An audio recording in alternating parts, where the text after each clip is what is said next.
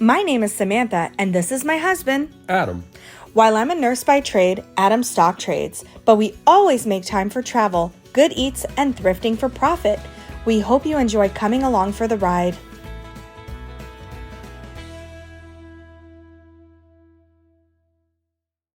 Hey Adam, what do you want for dinner? A meatloaf dinner sounds good. So go ahead and preheat your oven to 350. Make some veggies on the side. I like a combination of carrots, cauliflower, and broccoli. I boil them. And just cut up some yellow potatoes. I cut them up before I boil them because they cook more evenly and they cook faster. Pop them in a high heat water. Some 3 tablespoons of country crock in a pan on high heat. Dice up some shallots. You are going to be putting this in a chopper. I use 2 big bulbs.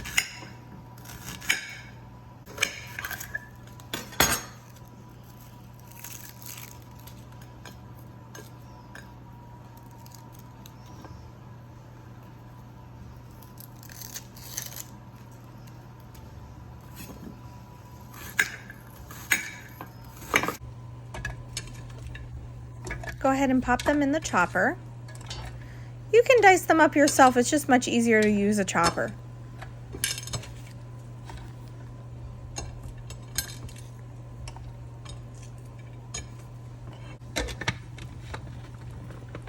Put the lid on nice and tight and just go ahead and pulse it about 3 or 4 times. Try not to get them too fine. And then while you had your country crock butter in there, go ahead and put all of these shallots in there. You're going to kind of make them translucent and caramelize them, and this is what we're going to be putting into our mashed potatoes. You can steam your veggies if you want. I prefer boiling them because I like a softer vegetables. Now the worst part is peeling off this garlic, and I will not chop them myself. I put them in the chopper.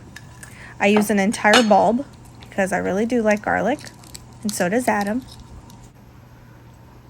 Take them all, entire bulb, and pop them in the chopper.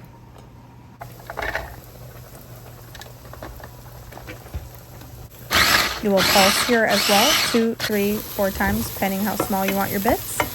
And then put them in with the shallots and the country crock. You can use regular butter if you want, but I am gluten-free and dairy-free, and country crock are both of those, so I use both of those. Okay, you're gonna saute it, get it nice and soft, a little caramelized, a little brown. Keep stirring, making sure it doesn't get too burned unless you like that. I like the boar's head pancetta, so you can use bacon if that's all you have on hand, and put them in with the shallots, garlic, and country crock combination. Saute it.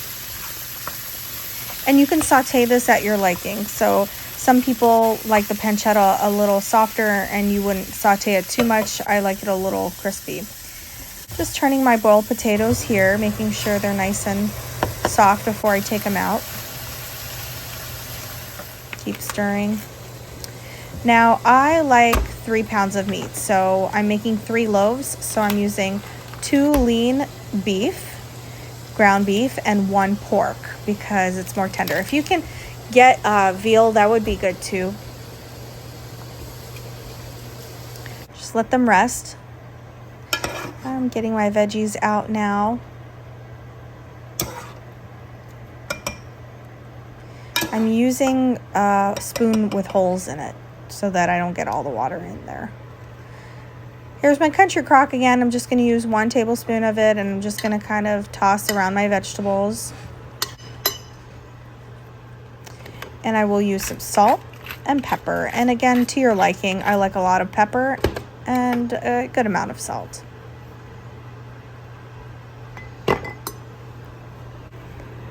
Ready to go. I've got this 4C gluten-free breadcrumbs. Be careful if you're dairy-free. I believe they have one that's seasoned, but there's dairy in it. just like regular breadcrumbs. So I have some eggs here and I need 4 of them. So as you see, I put about 1/4 of the box of breadcrumbs in the bowl with the meat, and I'm using 4 eggs. I'm going to be using 75%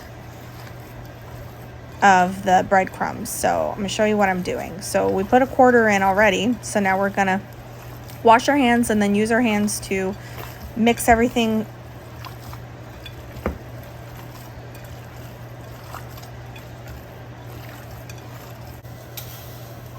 And then we're going to use another 1/4 of the gluten-free breadcrumbs, and we're going to mix well again.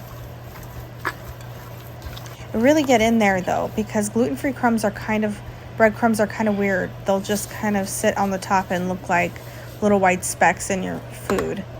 So I'm using the last 25% of breadcrumbs that I said I was going to use. And now it should be getting nice and thick, like kind of Play-Doh. Which ironically, Play-Doh is not gluten-free. They use wheat in it. Don't eat Play-Doh, kids. Don't eat Play-Doh if you're gluten-free. Don't eat Play-Doh at all. That's poison. All right, so now we have a whole bulb of a white onion. I like the white onions. I like the way they taste and the way they look in a meatloaf. So I specifically use white onion. You could choose to use red. It would probably give it a more sweet caramelized flavor. But white onions are the way to go for me. Chopping them up myself here because I want bigger chunks of onions. So, but you could use the chopper. I just choose to dice them up big right now. So now we're taking the shallots, garlic combination with the butter and putting it in a bowl, and we're going to set it aside. A little bit of olive oil in a frying pan. Okay, put your entire white onion, diced white onion, in that pan on high. You can choose to use real garlic here or garlic powder. I didn't have another ball of garlic, so I used garlic powder. Put as much as you want. Garlic is good for the heart. Saute it until the onions are translucent.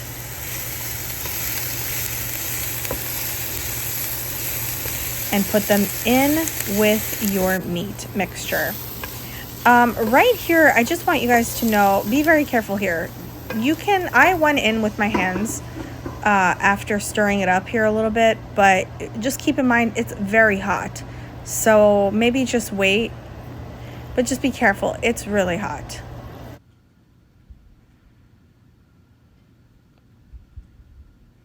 Mix it up really well. And then form molds. If you have a loaf pan, that would be better. I don't have any, so I'm just doing it with my fingers. You're gonna see here, I'm gonna make 2 loaves, and I had an extra pan because see, I had leftover in the bowl, so I had made a little pan, made another meatloaf in a smaller pan for my dad, which I will take to him tomorrow. Pop these in your oven for 350. And no peeking. Don't keep opening ovens when you're cooking meat because it'll cook unevenly. So 45 minutes on the timer. My potatoes are ready to go. I've drained all the water out. I know I'm using a ladle. I just didn't have a potato masher. And then put in the pancetta, shallots, garlic mixture in. Just stir it up.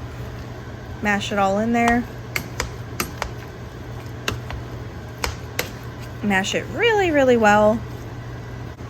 You're going to get all the flavors in between the potatoes. Here's my country crock again, and I'm going to use 2 heaping tablespoons of it just to make it creamy. If you want a creamier one, you can add some gluten-free creamer. Wait 45 minutes later, and then just take a look at your meatloaf.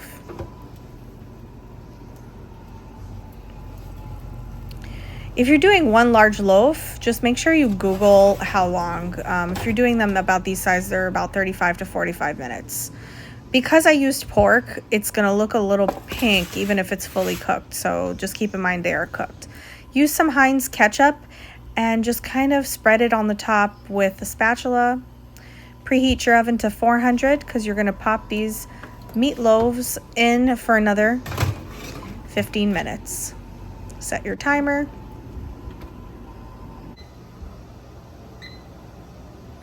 I forgot to mention, make sure you use non-stick spray or maybe just non-stick aluminum foil. 15 minutes later, it's looking good. Take them out of the oven. And just let them chill for about 10 to 15 minutes. Or eat them right away like we did. Then you really need the pan. Be hard to take it out. Slice them up, whatever sizes you want, and look at this beautiful meatloaf dinner.